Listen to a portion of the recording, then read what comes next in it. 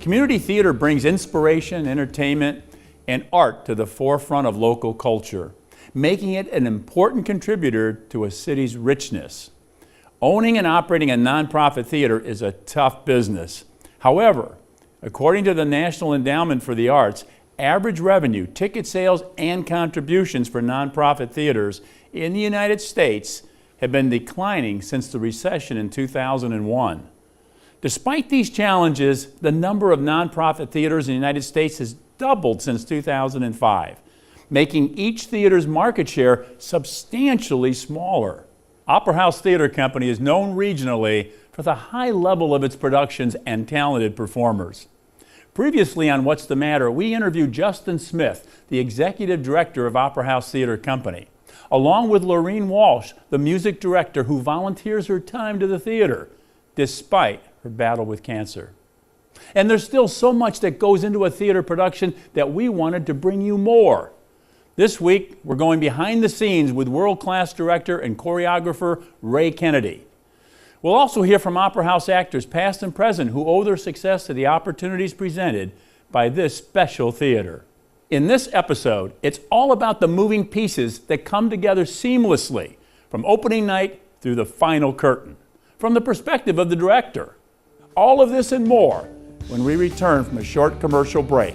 Stay tuned.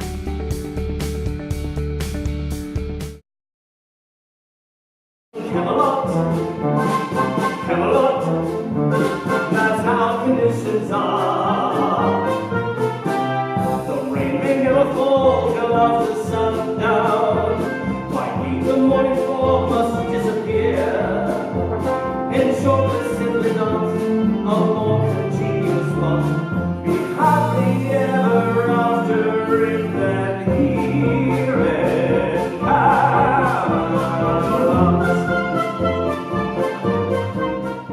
We're here with Ray Kennedy, co-producer and director and choreographer with the Opera House Theater Company. Ray, I've been watching your work for the last 5 years.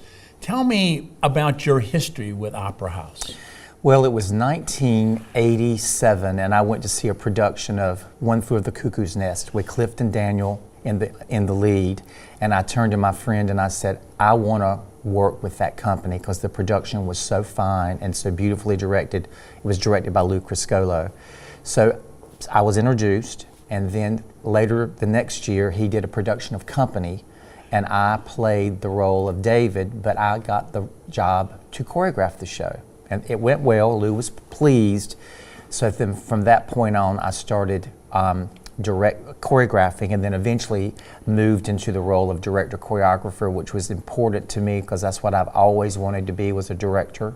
And that's probably a hard transition because if you're considered in a theater to be a choreographer, that you're sort of typecast as a choreographer, and here you were given the opportunity to become a director. Yeah. And that was Lou. He saw something in me that he knew that I was trained as an actor, and I had had good training at the Burt Reynolds Institute of Theater Training back in the day in Jupiter, so he gave me a chance, and it really changed the trajectory of my life because that led to other theater jobs, and I worked in Branson for a while as a producer. Now, what is it that Opera House is doing that enables it to produce these high-quality productions?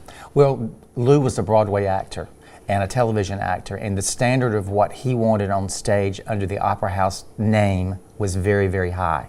He also surrounded himself with professionals who had worked in New York or LA or wherever, and he brought them in to this community, and the standard of what was accepted was just really, really high.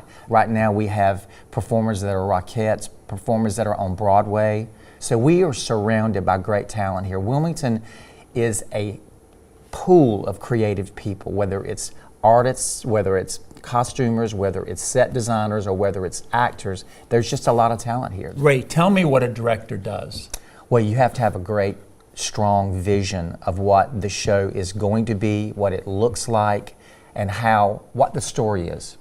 And then the director talks to the choreographer. That's me too, but sometimes to another choreographer, you talk to the musical director, you talk to Alice and Justin, and you go into an audition and you try to find actors that will be part of your vision. And then from that point on, it's your show. I mean, you're involved in the set design, the costume design, talk to the sound man, help him figure out the microphone situation, and it's just your baby, it's your project, and that is what a good director does. I am accused of having a lot of opinion, but one of my good friends said to me, the last thing an actor wants is a director with no opinion, because then you're floundering. So this, for That's instance, how you give them direction. yeah, but actors want direction. But a good friend of mine also said to me early in my career, you don't hire smart actors and then tell them to shut up. You want smart actors at the table, you have a vision, but if an actor who's smart tells you, this is just not working for me, then you should go back and re-explore that moment to figure out why. So it's a very collaborative process. Good productions are a collaborative process of the actors and actresses and the creative team. So a good director flies at 30,000 feet, has a vision of where this show is going to go, knows what the end product should look like. Yes. And then has to step in and micromanage to some extent the casting, directing all the actors, the choreographers, the musicians, the whole thing. Yeah. So you're responsible for this entire operation. With the producer. Lou was a very hands-on producer. Alice was a hands-on producer, and so was Justin. The producer's involved in all that with you, and he hopefully, or she hopefully, trusts you to get the vision across. But you do work in tandem with the producer, because at the end of the day, they're paying the bills, and it is their theater company. You know, it reminds me of something that I've said my entire working career. Surround yourself with really good people. Hire the best people you can possibly afford, and then let them do their job. Exactly. Thank you so much for coming here today, Ray. I can't tell you how much I appreciate it, and I appreciate all the good work you're doing. I'm going to continue to buy my season passes. Well, there's nothing better than a season ticket holder that comes to all the shows. So thank you for your support. You bet. Thanks for coming.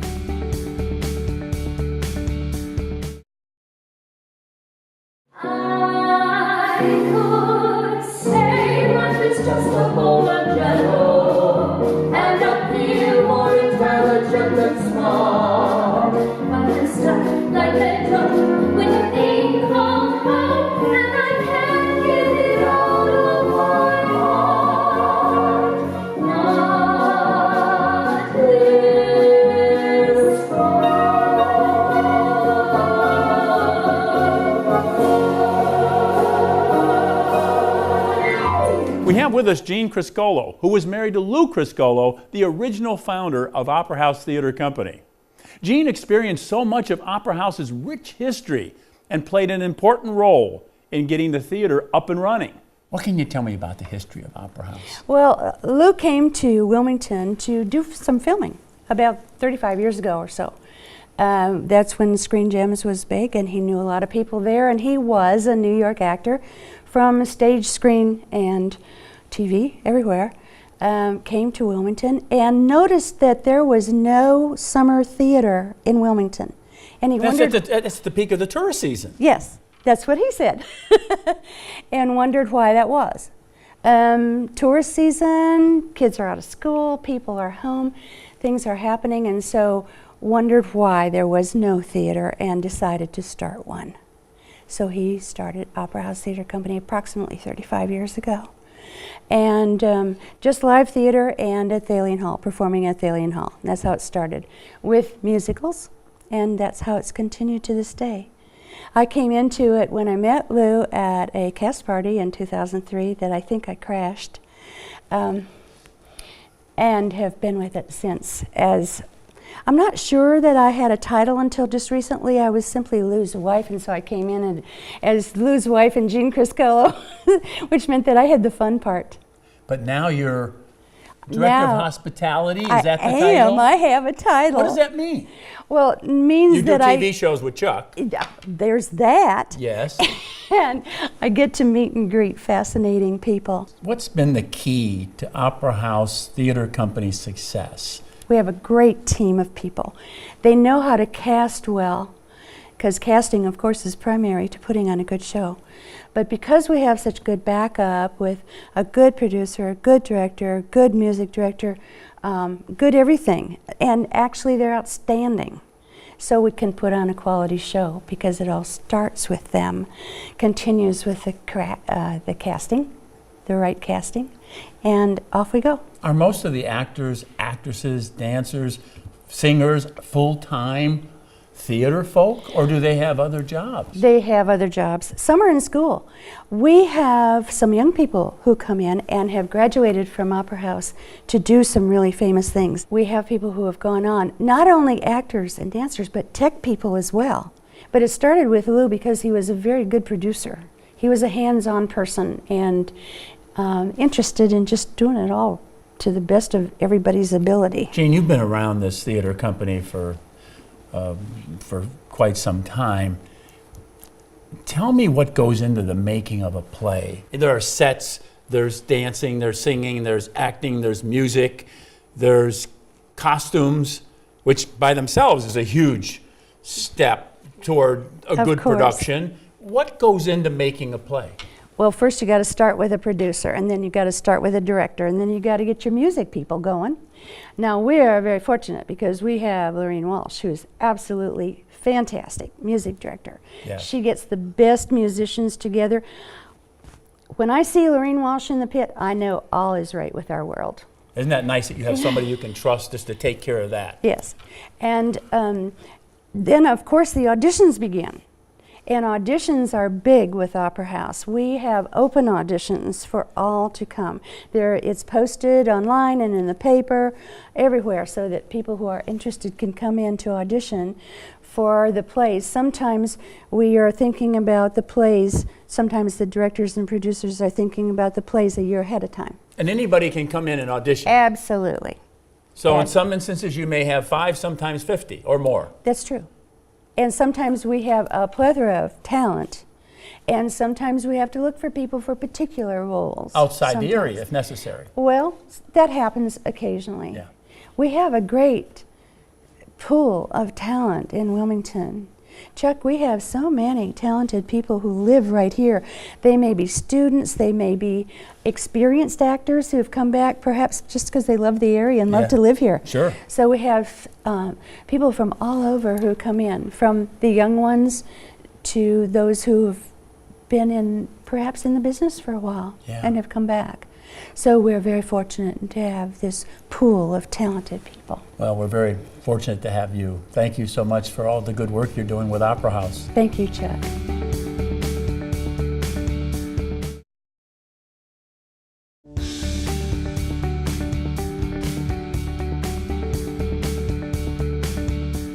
You started with Opera House at what age?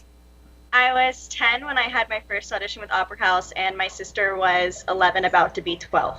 My sister Ariana played Mary Lennox in The Secret Garden, Yes. and I got to play a dream version of her and also be in The Music Man.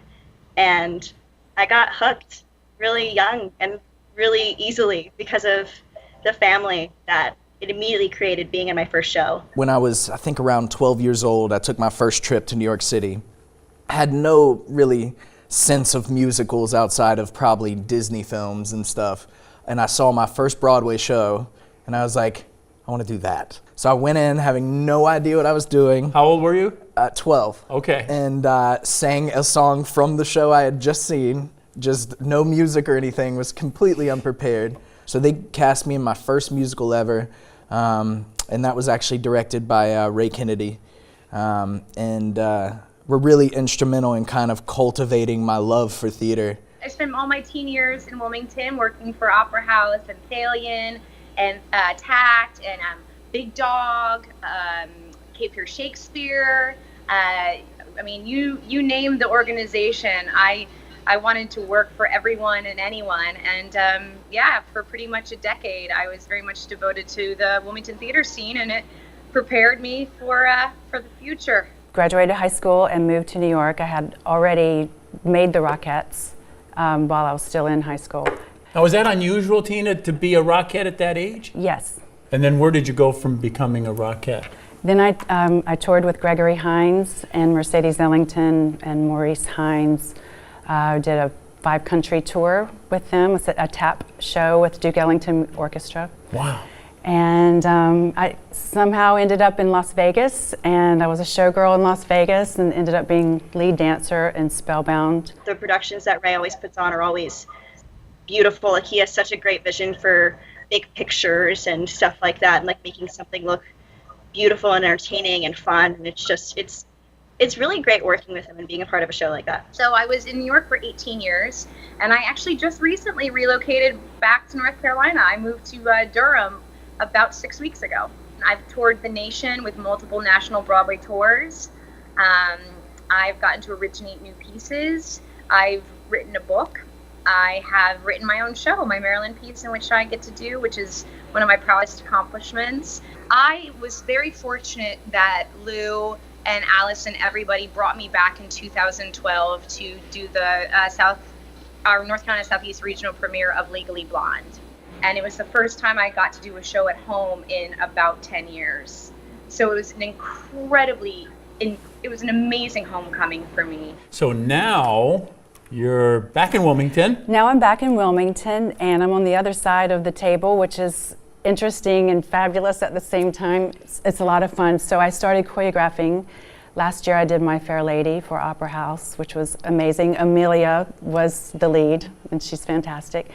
And this year I'm choreographing 42nd Street. How much fun is that? I love 42nd It's so Street. much fun. It's fun. If I'm not in a show with Opera House, I tend to be there anyways, even just sitting in on the rehearsals, because it's my safe space. It's where I learned how to do what I love and how to be good at what I love doing and how to push yourself. I've dabbled in doing like film and TV and stuff like that, but there's nothing like the feel of that live audience. You know, there's like It energizes. Yeah, there's an energy, and there's definitely like a back and forth. Like, I think the actors on stage can feel, you know, they can feel the audience. They can feel if they're enjoying it, and they can feel if they're not enjoying it. I'm thinking that there's somebody watching our show right now, and they're thinking, I'd like to be a Rockette. I'd like to be a Las Vegas dancer. Oh, good. I'd like to be an opera house actor or dancer or singer. What's your best advice? Take lessons somewhere, find lessons, go to any place that you can and take as much dance lessons as you can. Take ballet, tap, jazz. Take voice lessons just as seriously as you do your dance lessons, because the first thing that you do for a musical audition is sing. If you're lucky enough to get past that round, then you get to dance. As a dancer who kind of sings, Yes. that was the hardest thing for me, was getting over that insecurity of not having a strong voice. You have to have your self-esteem like high, because it constantly is getting knocked down on a daily basis. But having a good support group, you know, and I think the arts are so healthy and so amazing, and it is an outlet. And I've started to direct a lot. I've directed a couple regional productions. I love directing. It's very fun to share the craft and share my knowledge. So if you have the passion to do it, but just know you're gonna have high highs, you're gonna have low lows, and make sure that you have a really strong support group behind you.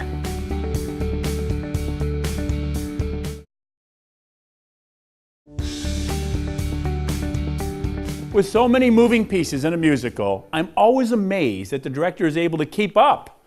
The actors, the choreography, the music, the lights, even behind the scenes, there are unsung heroes who contribute immensely to the success of every performance.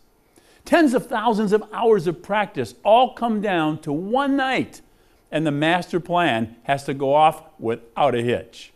To survive 33 years as a nonprofit theater is impressive.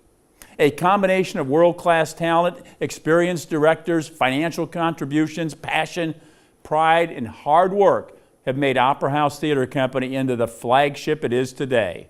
If you haven't had a chance to see a performance firsthand at Opera House Theater Company, you're missing out. Please visit www.operahouse.squarespace.com and click on the Purchase Tickets tab at the top. Donations are accepted on their website as well. That's all for today on What's the Matter? I'm Chuck Whitlock, and remember, if it matters to you, it matters to us. See you next time.